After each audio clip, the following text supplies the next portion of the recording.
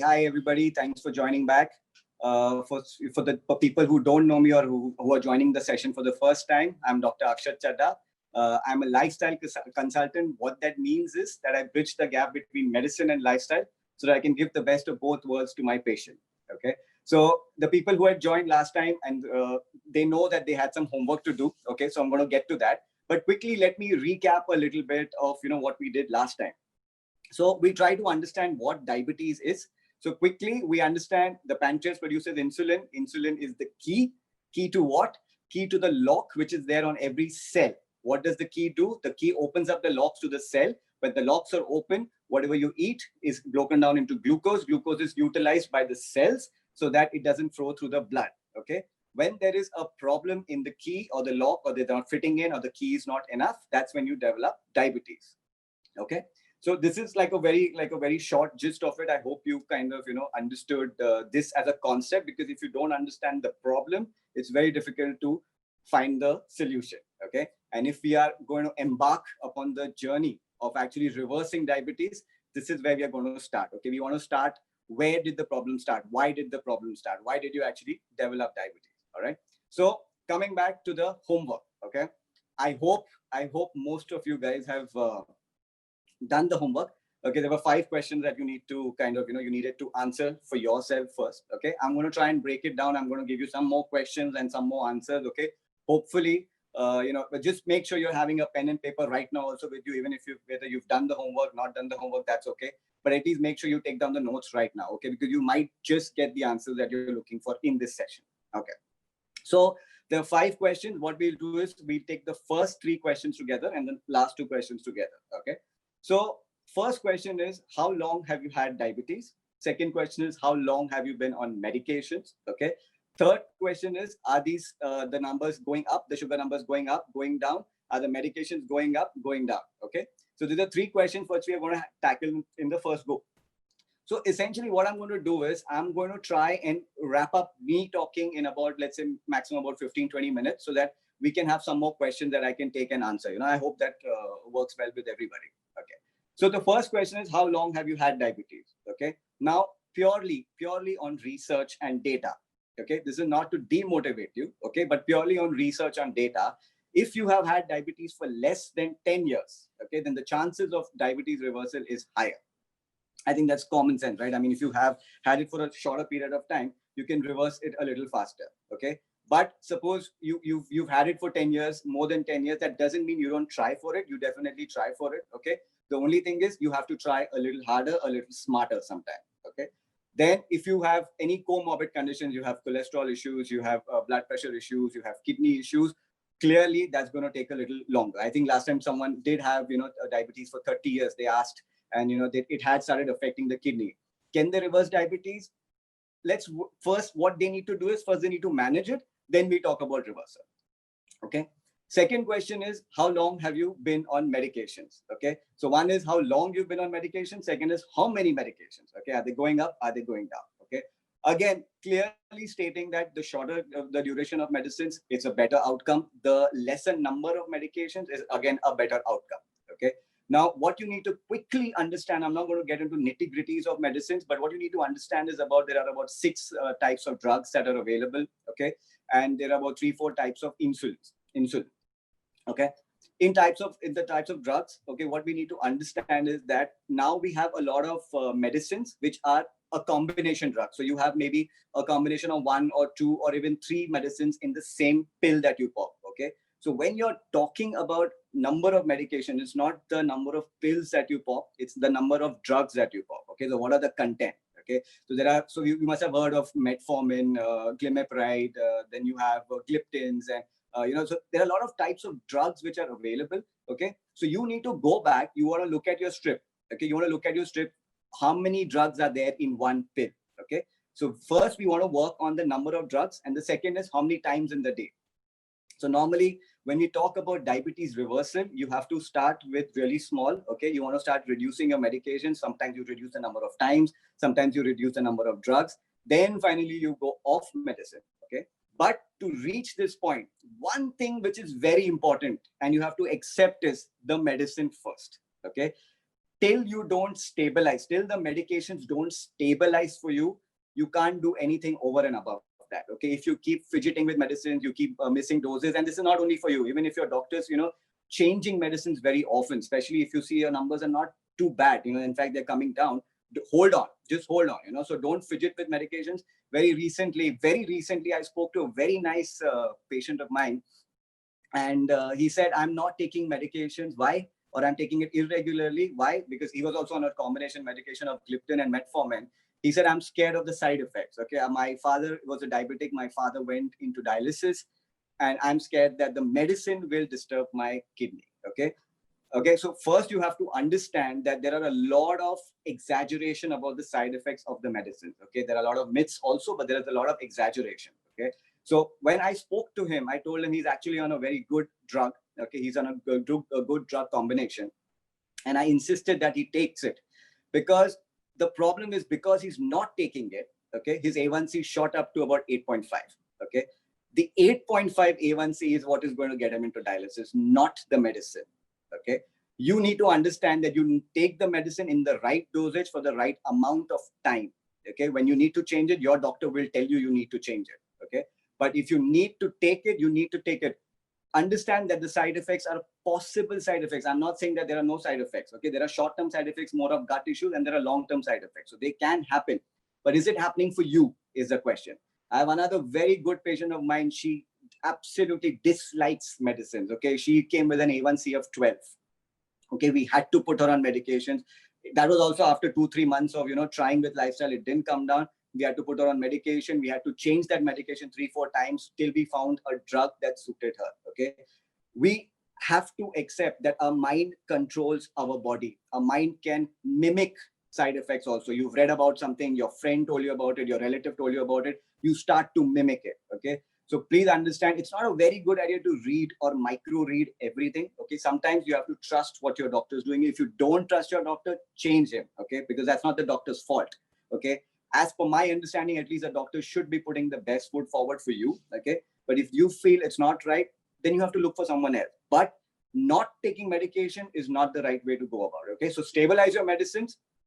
Find out at what level are find out at what medications that the levels start coming down. Okay, then only we can start kind of making the changes. Okay, as you start to stabilize your medicine, start increasing your lifestyle changes, start kind of protecting yourself with the lifestyle, start supporting yourself with the lifestyle, and then you will realize that your numbers start coming down. The PP, the postprandial, that is 2 hours after meals, will start coming down faster than your fasting blood sugars. Now, every diabetic might have noticed, mostly about maybe 70-80% of you guys must have noticed that the fasting takes longer to come down, because that's the pathology. So that's going to take a little longer to come down, but that's okay. It's just it's part of the process. Let's let the PP first start coming down, because that's very sensitive to lifestyle, because that's after food and your exercise and everything. Fasting can take a little longer, but that's okay. Give it some time. Okay. So this is the whether the medicines have been increasing, decreasing. Okay. Then the last 2 questions was, do you know why they're increasing, decreasing? Okay. There was a hidden question in this also. Probably some people realize it, some people didn't realize it. But the hidden question was, why did you actually get diabetes? What is it that made you get diabetes? What phase of your life were you in when you got the diabetes? Were you too stressed? Were you taking on a new project? Were you getting married? Were you pregnant? When did you actually start? When did the diabetes got picked up? When did it get diagnosed? When did you really start getting problems? Okay. If you find the answer to that, and if you find the answer to what is happening today, why is it going up and down today, you will be able to reverse your diabetes. Okay. Now, like I said last time, it is only going to be in what you do every day. What you do every day is your routine. Your routine is eventually your lifestyle. Okay. We all know, repeatedly, we've kind of heard about, you have 4 pillars for lifestyle. Okay. You have your food and water, you have your exercise, you have your sleep patterns, you have your stress level. Okay.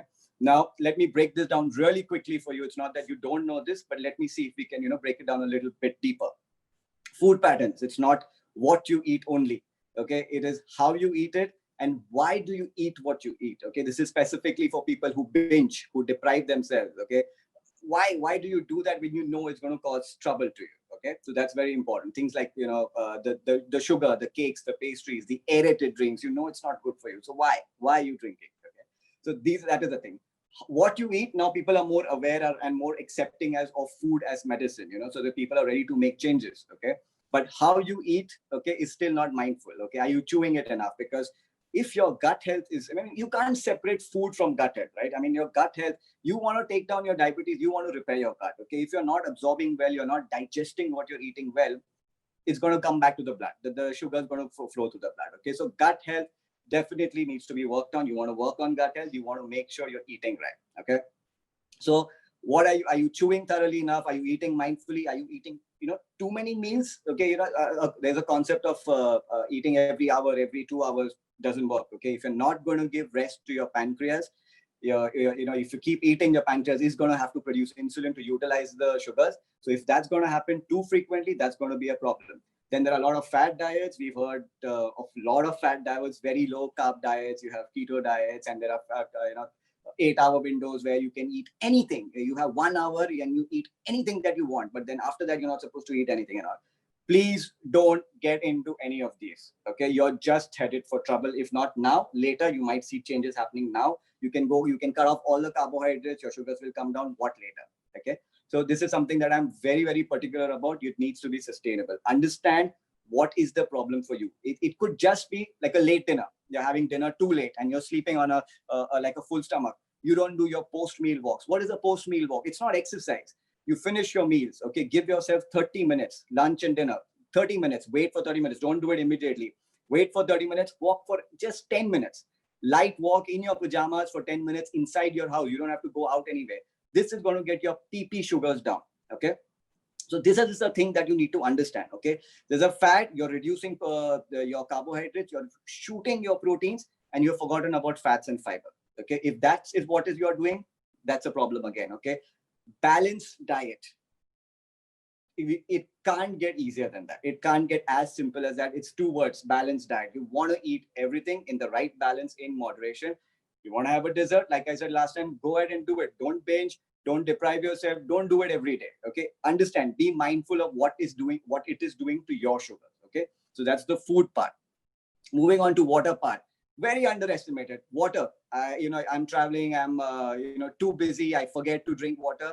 It's very easy. But what you don't realize is if you don't have enough water, if your body is dehydrated, your sugar is going to appear higher.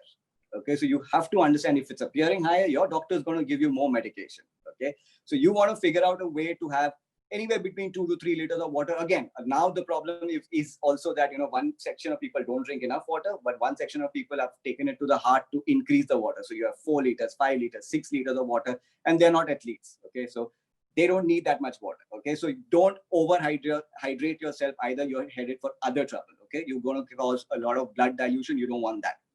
So no underhydration, no overhydration, no water with meals, no gulping of waters, and very important, please don't try to have too much water in the second half of the day. So after 7 p.m., 8 p.m., don't try to chug water. Don't try to reach any target. Okay. Suppose Akshat has told you have to have 3 liters of water every day. Okay. You finished only 1 liter by, let's say, 7 p.m. Don't try to have the 2 liters after 7 p.m. No, that's not going to work. Have a little bit. You're thirsty, have it. But then the next day, you want to try a little harder to, have more water in the first half of the day. Otherwise, you're going to have problems like night urination and all. It's not worth it. Okay. So water, food, water. Third is exercise. Everybody knows we are sick and tired of telling people to exercise. Now people accept food as medicine, but not exercise. Okay. The minute, so imagine we've made the changes and, 3 months, 6 months, we've been exercises. The minute we get busy, there's a festival, there's someone fell ill, schools are starting, whatever be it. The minute you get busy, the first thing that you stop is you stop exercising. Okay. That's not going to work. Okay. You stop exercising. That's going to be a big, big problem. Don't make exercise something which is, a very big task. Okay. You get up in the morning, you brush your teeth, same way you got to exercise. Okay. You don't have to do it every day. Ideally, even if you can give me about 30, 45 minutes, maybe an hour of any form of exercise, okay, for about 5 times in a week, that's good enough. Okay. Club that with more activity. Okay. Sit less, move more, try to increase your non-exercise steps. Okay. You can go to 5,000, you can go to 6,000. With the exercise, you can reach 10,000. Very good. But try to increase your non-exercise steps also. Okay. It's very important. And one thing that every diabetic, okay, whether you are planning to reverse it or not, you need to understand is that one is cardio, that's your walking and all of that, jogging and all. But second thing, what you need to understand is a little bit of strain on the muscles. Okay. we are losing muscles every day. We have a nice portion which goes on every decade. Okay, so if you're going to continue to lose muscles, your sugar levels are going to take a hit. Okay, because muscles eat up sugar, they utilize the sugar really, really well. Okay, so concentrate on your muscles. Okay, I'm not saying you have to go hit the gym. Okay, and this is something for every person of every age. It doesn't matter how old or young you are. Okay, you don't have to join the gym. Okay, you can start with a little basic stretching. You can start with yoga. You can start with body exercises. You can start with pull-ups and push-ups and very simple exercises that you are capable of doing without injuring yourself. Okay, so if you're starting something new, I would normally suggest do it under guidance and start very slow and start very gradual. Okay, so club the cardio and a little bit of muscle strengthening together, and that's what is going to get your diabetes under control for sure. Okay, then we talk about sleep. I think Luke really emphasizes a lot on sleep, and he does it repeatedly. Okay, when you don't sleep enough, okay, you're not recharging yourself. You're working on half the battery. Okay, and this is not one night sleep. I'm talking about chronic sleep deprivation. Okay, insomnia, chronic sleep deprivation. Okay, this is what throws you off balance. Okay, things like you get up more tired in the morning, you're irritable, and you have more appetite. Half the times, people feel more hungry when they've not slept, more cravings. Is there something? There are two hormones, it's leptin and ghrelin. So there's a balance which kind of goes off when you don't sleep well. So if you're doing this to yourself, you're headed for trouble. Okay, all these parameters, okay, when you talk about food, you talk about water, exercise, sleep patterns, we all know this, but still we don't do it. Why don't we do it? That's the question that you want to find out. Are you too busy? Okay, are you too busy to do it? Do you have to socialize a lot, or do you have to travel a lot? Okay, these three main parameters is something that I've kind of started fixing things which kind of throw person off balance. Okay, they start to do something but they can't be consistent because one of these things or something is happening. Okay, and where is the answer for all this? Is here. That's your mind. Okay, and what controls your mind? Your stress levels. Okay, if someone is telling you you're going to be stress free, that's a myth. That's never going to happen. Okay, and unfortunately stress has a direct impact on your sugar levels. It irritates the insulin. It increases insulin resistance, okay, which causes diabetes. It increases the cortisol, and cortisol is not a bad hormone because it's actually a very important hormone because it's helping you manage the problems that are going on. But if your cortisol stays high, chronically high, it is going to take your sugar levels up. Okay, so don't try to be stress free, but try to, in fact, perceive your stress a little differently, understand the stress a little bit. Okay, and that will help you manage the stress. Okay, once you start to manage your stress better, you feel like taking care of yourself, you feel like being healthy, and then all these things that we spoke about will become excuses. Okay, everything will be just an excuse. Okay, once these things fit, once they start fitting, then it becomes very easy to make it a sustainable lifestyle. Okay, if you're not going to make it a sustainable lifestyle, you're not going to reverse anything. You're going to have phases of good sugar, you're going to have phases of bad sugars, good sugars. There's going to be fluctuation, the way we spoke about yesterday or the last time. You can stay in denial, you don't want to check your sugar levels, or you can kind of do all or none. You do everything right and then you do everything wrong. Okay, so these are the concepts which are not going to work at all. So you've got to be extremely careful. Okay, now quickly a little bit about functional foods. Okay, imagine that your habits are in place now. Okay, then we talk about functional foods. Don't think that functional foods and supplements is something which is going to reverse diabetes. That's not going to happen if you're not going to correct your habits. Okay, so functional foods quickly, you have methi seeds, you have bhindi ka pani, you have cinnamon, you have paneer ka phool, you have jamun vinegar, jamun powder, you have karela ka powder, methi powder, So you have a lot of functional foods, you have a lot of superfoods, okay? You have gourd vegetables, you have cruciferous vegetables, any form of fiber. These are excellent for bringing your sugar levels down, okay? Then when we talk about supplements, very important. Again, don't self-medicate, don't self-supplement, okay? Again, I'm saying this because it's very important because there's so many options, you're going to get it mixed up, okay? Vitamin D, B12, then you have something called as alpha lipoic acid, then you have chromium, okay?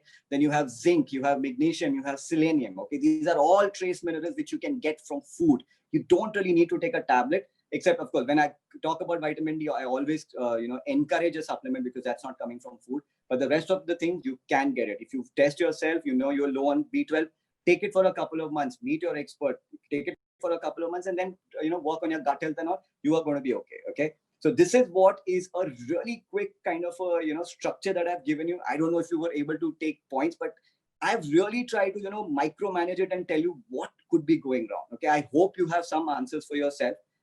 One very, very important thing that I want to tell you, or other two very important things. One is family history.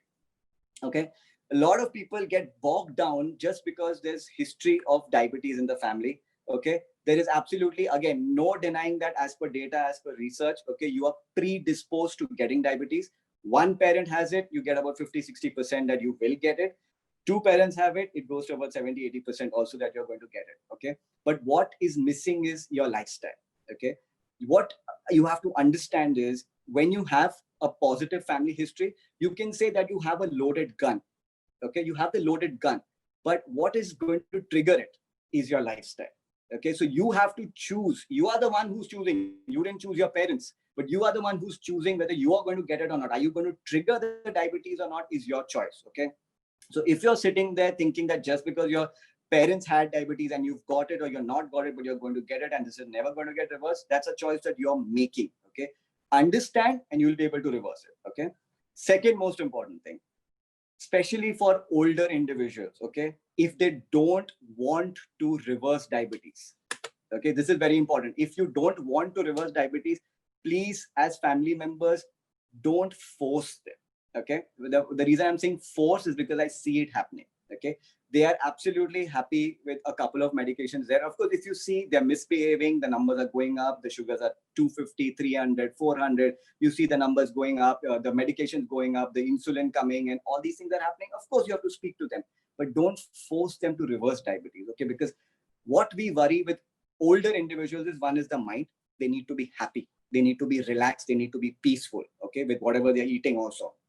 And second thing is one fear of hypoglycemia. That means the sugar going down. We do not want their sugars to go down. Okay. So we need to be very, very careful with them. So one is if they don't want to do it, don't force them. As children, you can definitely lightly nudge them. Okay. You can share videos with them, let it be their decision. They have to be a part of the decision making process. Okay. So that is very, very important. Otherwise, they're just going to get angry and frustrated at the end of the day. And just because they love you, they'll kind of embark on the journey, but they might just get frustrated. Okay. So it's very, very important that you take note of the fact, especially for the older individuals. All right. Bottom line, you want to do it, it has to come from within you because you're the one who has to sustain it. So that's very, very important. I like people who take initiative for themselves. Okay. All right. So I think quickly, Tina, can we take up some questions now? Sure, Doc. We have a couple of questions that have already come in. One's pretty specific. It says, I'm 41 and on medicines for the last 5 years. My HbA1c is around 5.6 to 5.7. Can I look at reducing my medicines and eventually reversing? Oh, absolutely.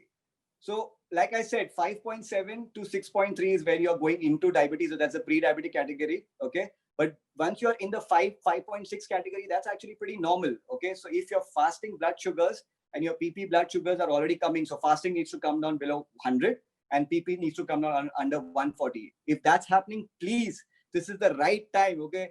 You got to meet your doctor. I mean, I can help you out definitely for sure, but this is the time where you need to start reducing medications 100%. Excellent. I'm sure with the help of the doctor, they would be able to reduce their medication for sure. Yes. The next question is, what if fasting sugars are not coming down to the normal range after making necessary changes and medication?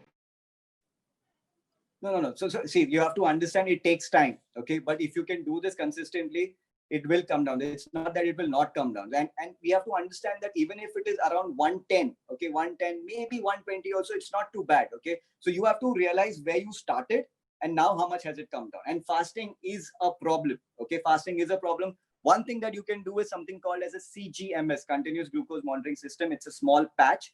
You can attach it to your arm. Okay. It gives you a sugar reading every 15 minutes. Okay. So start maintaining food logs. Okay. You can actually see what is the impact of food, your exercise, stress levels, alcohol, things like, are you sleeping well or not? And you can actually see the numbers fluctuating. So that's very good. You should actually get that done and see where the problem lies. Maybe you'll get better answers from there. Excellent. Thanks for that, Doc. This leads me to the next question where, when they work out, the sugar levels go down. So, I was just going to ask you if there was some way we could track how the sugar levels go down and what part of the day as well. Yeah, so see, so CGMS is the safest way. Okay, it stays on for about 2 weeks, so you can do all your experiments, during that time. Okay, suppose you say I don't want to do the CGMS right now. Okay, make sure you have a very good pre-workout. Okay, you don't want to go on an empty stomach. You can't just have one fruit and go. Okay, you can have the fruit, and you can have a little bit of nuts and seeds, or maybe like a peanut butter or something, preferably homemade, obviously, and then that will give you sustained energy through the workout. Okay, you can also, what you can do is you can check your sugar levels before you start the workout, and then you check the sugar levels after you finish your workout. Maybe give yourself, before you have any proteins or anything, you can check it that time and see how your sugar levels are behaving. You will get a good idea through that also.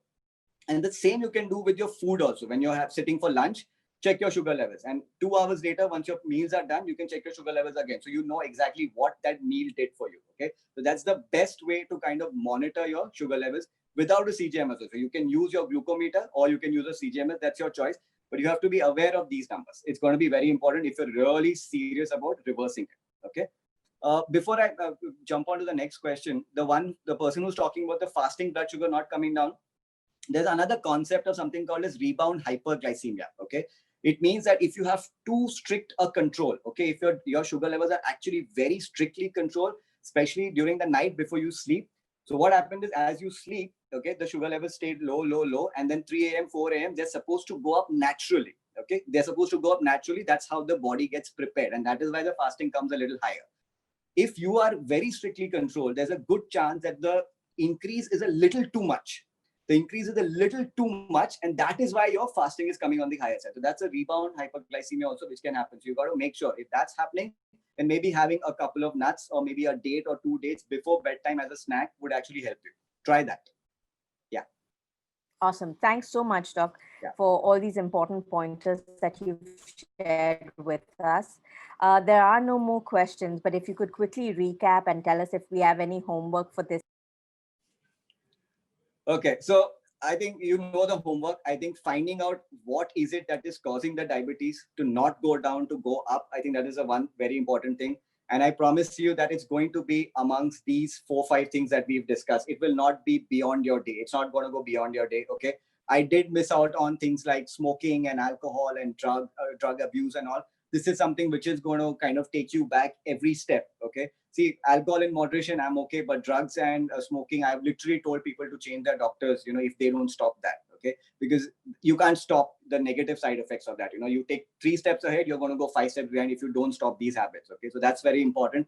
But I will assure you, if you can do this consistently, okay, if you can do it consistently, a little bit of perseverance, convert your motivation into discipline, there is nothing which will stop you from either reversing diabetes or at least coming down to beautiful levels where you need only minimum medication. I have so many patients who are doing extremely well with just the metformin, 500 once a day, twice a day. They don't need anything more than that. Okay, bottom line is, it's your choice. Okay, you don't want to talk about complications, you don't want to go into complications, take care of your sugar numbers now. Okay, that is very important. Excellent. Thank you once again, Doc, for taking the time to share these important pointers with us this afternoon. And I'm sure a lot of attendees are looking forward to connecting with you on Instagram offline to get their specific questions answered. So with that, we'll wrap up today's session. Thank you once again for your time, and thank you everyone for joining the session this afternoon.